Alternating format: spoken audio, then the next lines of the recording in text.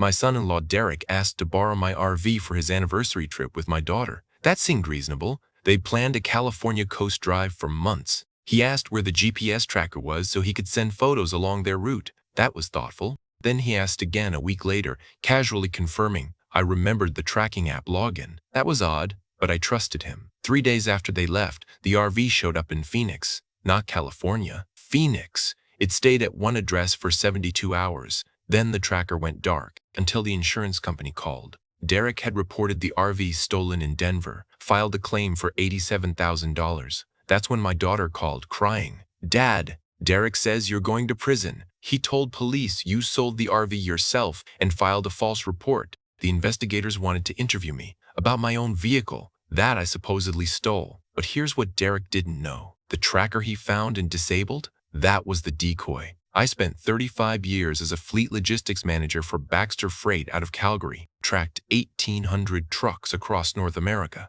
lost exactly 4 vehicles in 3.5 decades. You don't get numbers like that by trusting a single GPS unit. When I bought the RV 6 years ago, I installed 2 trackers. The first one sat under the dashboard where anyone looking would find it. Aftermarket unit. Obvious. The second one I hardwired into the frame myself, powered directly off the electrical system, transmitting to a completely separate monitoring service. Derek found the decoy 3 days into his trip, disabled it somewhere outside Flagstaff, probably felt clever. The real tracker kept transmitting. I pulled up the secondary app on my laptop and watched the route unfold. Calgary to Great Falls to Salt Lake City, Salt Lake to Phoenix. Never went anywhere near Denver. The RV sat at one address in Phoenix for 3 days. I wrote down the coordinates and searched them. Southwest RV Consignment. A dealership. My son-in-law hadn't lost my RV. He'd sold it. And now he was trying to send me to prison for a crime he committed.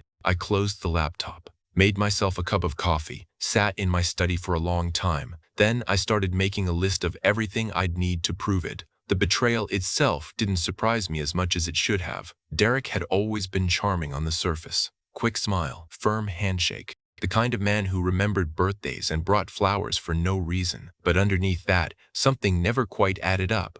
Business ventures that failed, loans that disappeared, excuses that got more elaborate each time. I'd watched him for 12 years. I just never thought he'd come for me directly. Natalie called the next morning. My daughter, 42 years old and still the little girl who used to sit on my lap while I explained how truck routes worked. Dad, we need to talk. Her voice was tight, controlled, the way she sounded when she was trying not to cry. I already know what Derek told you, I said. Then you know how serious this is. She took a breath. The police want to talk to you. Derek said you've been having memory problems. He said you might have sold the RV and forgotten. I haven't forgotten anything. Dad, why would Derek lie about this? That question hit harder than anything else. My own daughter, asking why her husband would lie. Because he sold the RV himself, I said. In Phoenix, 3 days ago. Silence on the line. That's not possible, she said finally. We were in Colorado when it was stolen. Derek filed a police report.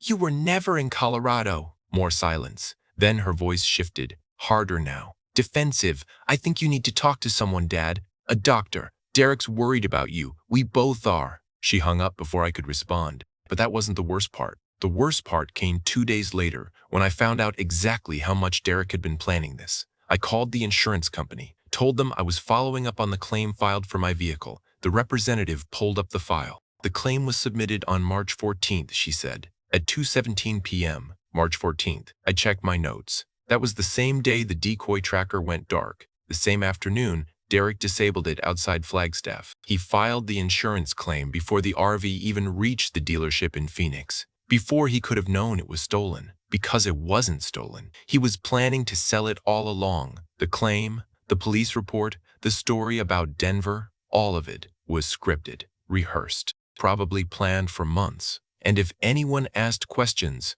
he had his backup story ready. Blame the old man. Say he's confused. Say he's losing his memory. Let Warren take the fall. I sat with that for a while. My son-in-law had tried to steal $87,000. He'd sold my property, filed a false police report, committed insurance fraud, and when it started to unravel, his plan was to send me to prison. I needed more than GPS data. I needed proof that would hold up in court. Time to call in a favor. Patricia Vance answered on the second ring. Warren Aldridge. It's been what, 4 years? 5, I said, since the retirement party. Patricia had worked dispatch at Baxter Freight for 23 years. We'd tracked down stolen cargo together more times than I could count. She knew vehicle investigations better than most police detectives. I need a favor, I said. She listened without interrupting while I explained. The RV, the insurance claim. Derek's planned to frame me. When I finished, she let out a low whistle. Your son-in-law's not very smart, is he? He thinks I'm a confused old man who doesn't understand technology. She laughed. You literally wrote our GPS tracking protocols.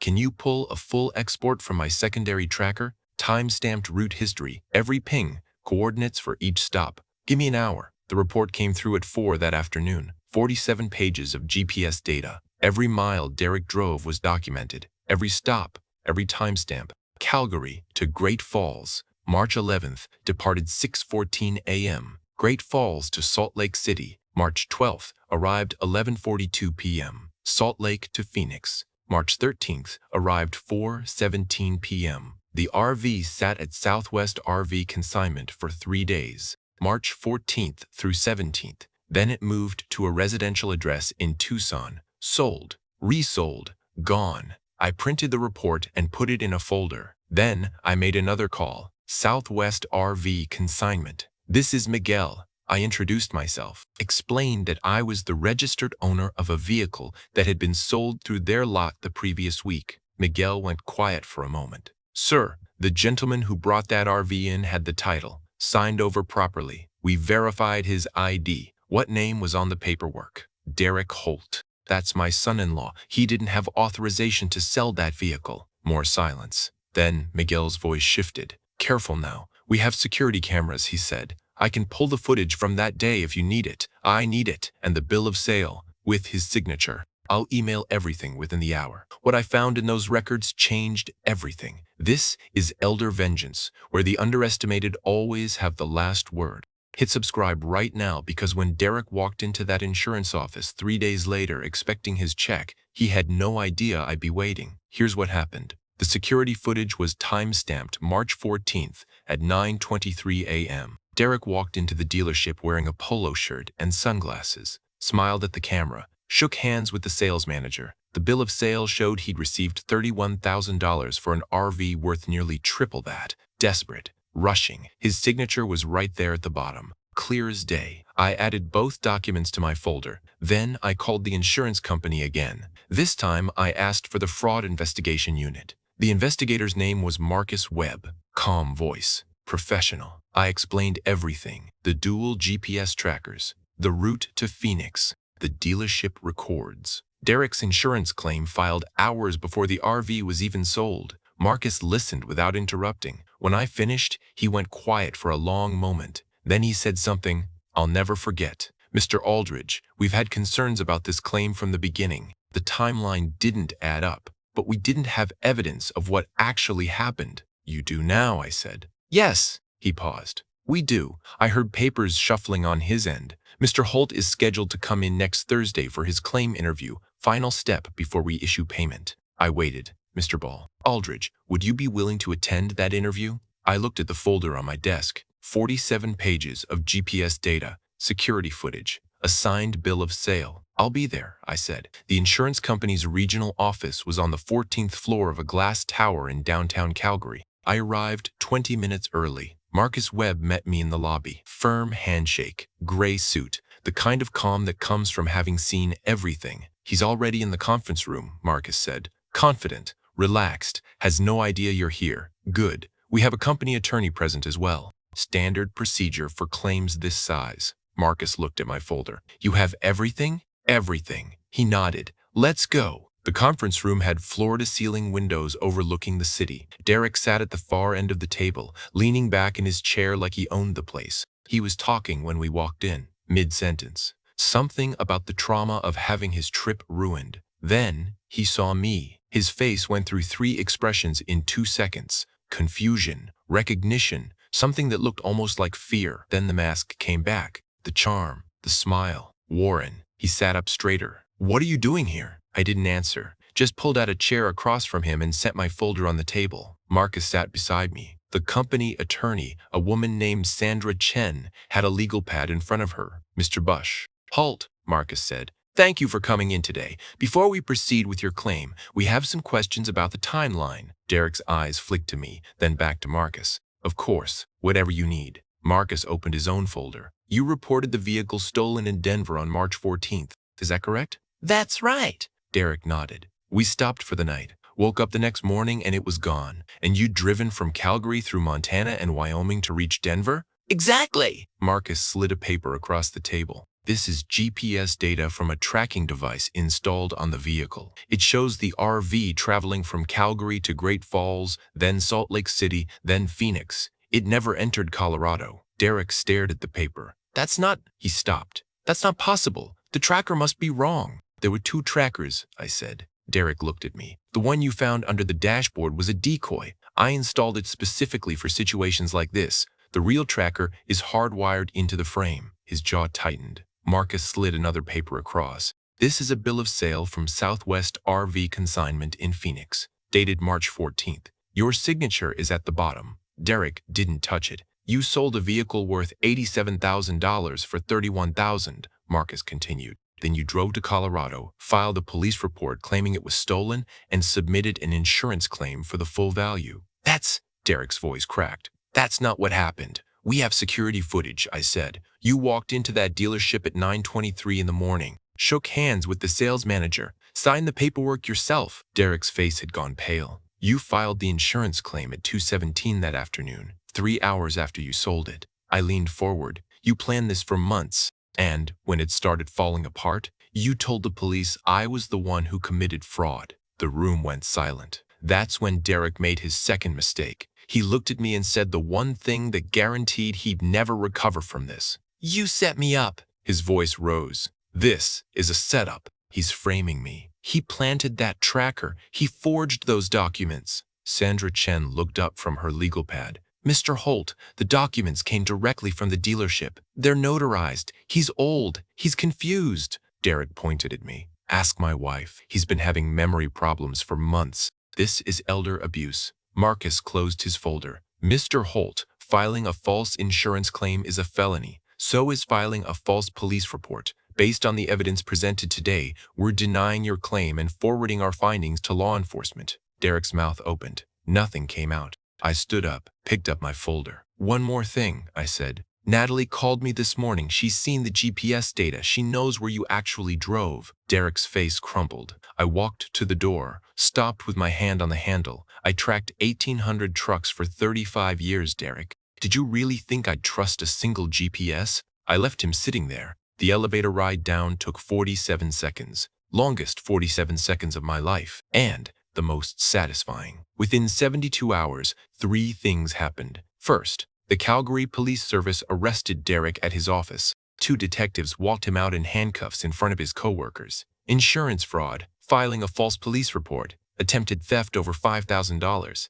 His boss called me that evening, said Derek had been terminated immediately, said he wished he'd known sooner. Second, the insurance company's investigation expanded. Turns out, Derek had filed 2 other claims in the past 6 years. A stolen laptop, a car break-in, both paid out, both now under review. Marcus Webb told me they'd found a pattern. Small claims, just under the threshold that triggers serious scrutiny. Derek had been practicing. Third, the RV was recovered. The buyer in Tucson, a retired teacher named Harold, had no idea he purchased stolen property. He cooperated fully. The insurance company handled the logistics. 3 weeks later, my RV was back in my driveway. Natalie came to see me on a Sunday afternoon. She looked like she hadn't slept in days, eyes red, hands shaking when she reached for her coffee cup. We sat in the kitchen, the same kitchen where she'd eaten breakfast as a little girl, where she'd told me she was getting married 12 years ago. "Dad, I'm so sorry." "I know." I believed him. She stared at the table. "He told me you were confused,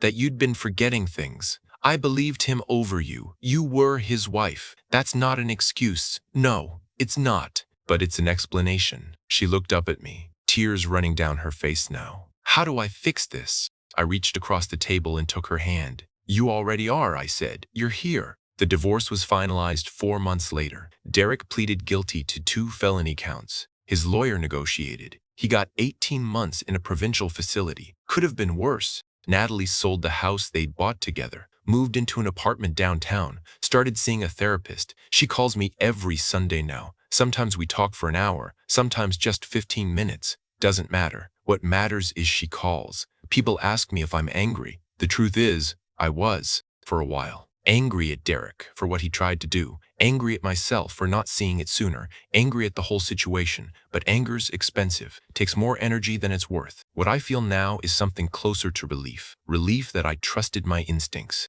Relief that I documented everything. Relief that when the moment came, I was ready. Derek bet everything on the assumption that I was too old to understand technology, too slow to catch him, too confused to fight back. He bet wrong. 6 months later, I took the RV out for the first time since getting it back. Drove up to Banff, parked at a campsite overlooking the mountains, made coffee on the little stove, and sat outside watching the sun come up. The air smelled like pine and cold water, the kind of morning my wife would have loved. She passed 8 years ago. Cancer, quick and cruel. After she died, I thought about selling the RV. Too many memories, too much silence in a vehicle built for two, but I kept it. Something told me to hold on. Now, I understood why. Natalie drove up that afternoon, brought sandwiches and a bottle of wine. We sat in folding chairs and watched the light change on the peaks. "Dad," she said after a while, "can I ask you something?" "Go ahead. When did you know? About Derek? When did you really know?" I thought about it. The second time he asked about the tracker, I said, "Nobody asks twice unless they're planning something." She nodded slowly. "I should have seen it. You loved him. Love makes you miss things." She was quiet for a long moment. "I'm not sure I ever really loved him," she said. "I think I loved the idea of him, the version he showed me." "That's not your fault, isn't it?" I looked at my daughter, 42 years old, rebuilding her life from scratch. "The people who deceive us are responsible for their deception," I said, "not us." She didn't respond, but she reached over and squeezed my hand. We stayed like that until the stars came out. If you're watching this and someone in your family has ever made you feel like your age meant you didn't understand things, drop a comment below. Have you ever been underestimated by someone who should have known better? Have you ever had to prove that quiet doesn't mean weak? I'd like to hear your story. This is Elder Vengeance, where assumptions are expensive. Subscribe for more stories where patience defeats arrogance, where preparation beats desperation, where the people who get dismissed turn out to be the ones holding all the cards. Hit that like button if watching Derek's face in that conference room felt like justice. And remember, never trust a single point of failure. Derek thought he was smarter than a 71-year-old retired logistics manager. He thought one disabled tracker meant he was safe. He thought wrong. Until next time, the decoy is never the real tracker.